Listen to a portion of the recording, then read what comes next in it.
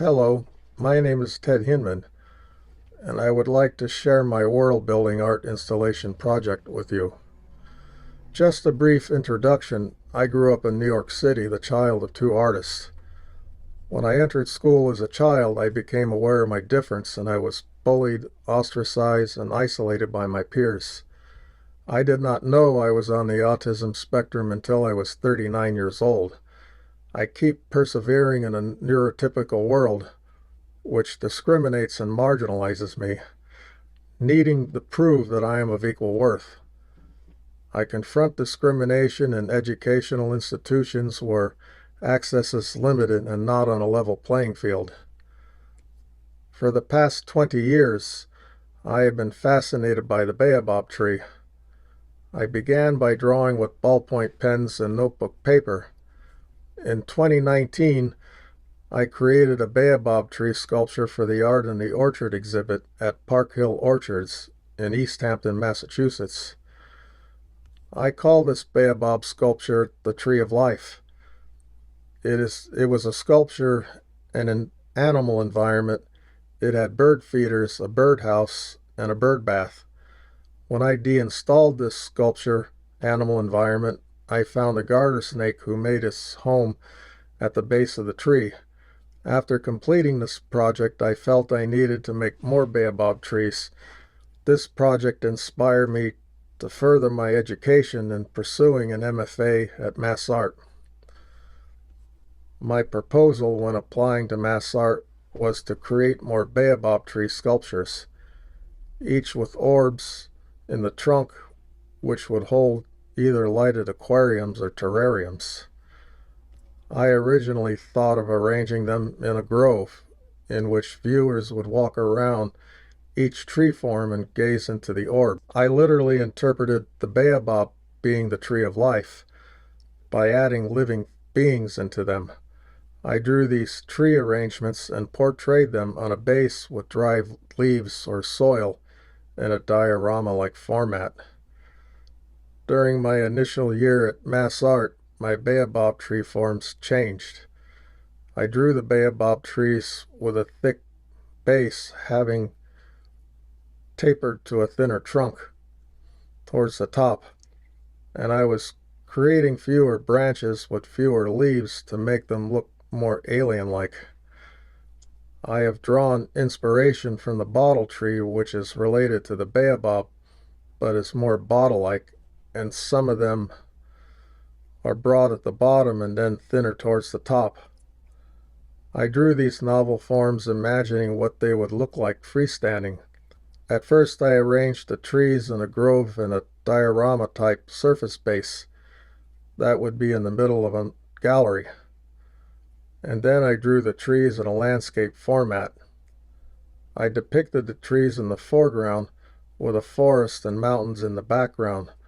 Originally, these trees were going to have plants growing out of the tops of each one, and as I was drawing more and more of them, the forest in the background became a grove of green triangles looking like emerald crystals.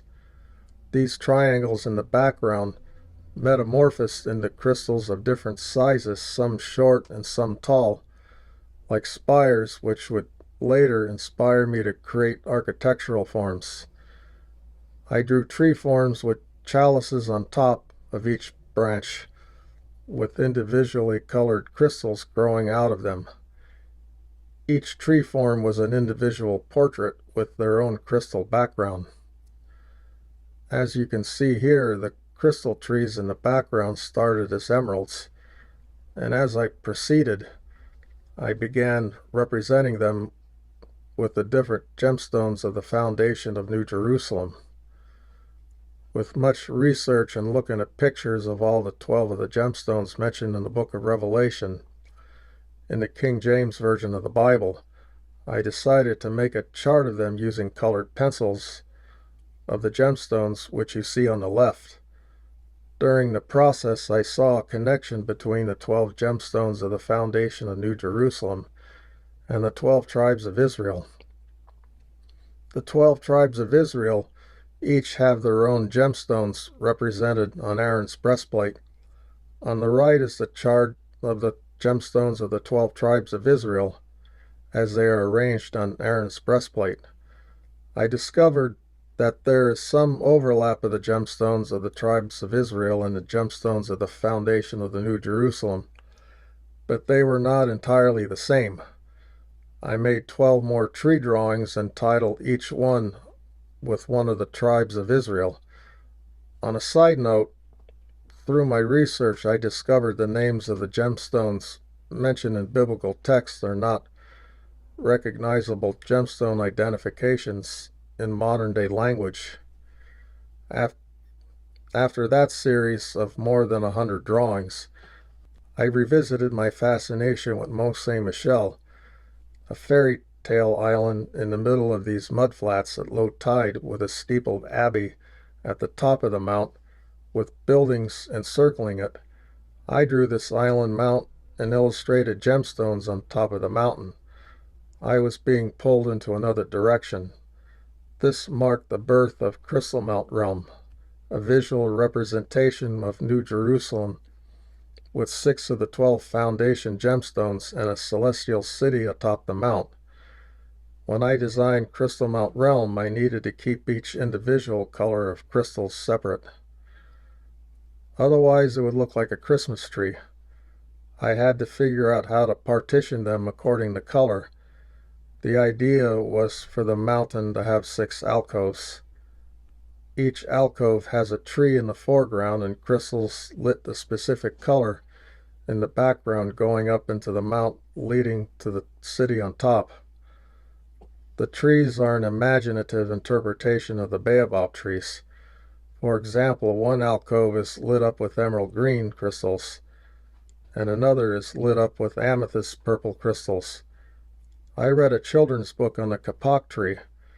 The kapok has fins coming out of the base of the trunk called buttress roots.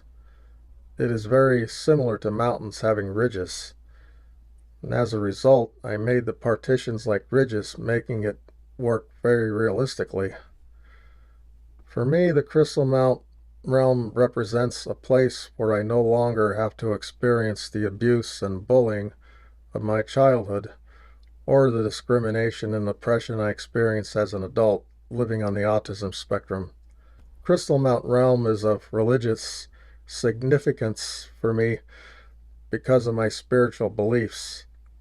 Although I experience my spirituality through an established religion, I do not expect others to hold the same beliefs as I do. I hope others will experience Crystal Mount Realm as a place of healing and love. As I look forward to my next projects, I will be continuing to create more Crystal Mount Realms. I imagine a Crystal Mount Realm so magnificent with all 12 gemstones of the foundation of New Jerusalem. I desire to create another with water representing the river of life flowing from the throne of God. There needs to be trees lining both sides of the river bearing 12 kinds of fruit, and the leaves from the trees heal nations. There are so many variations to create and explore. This is my adventure.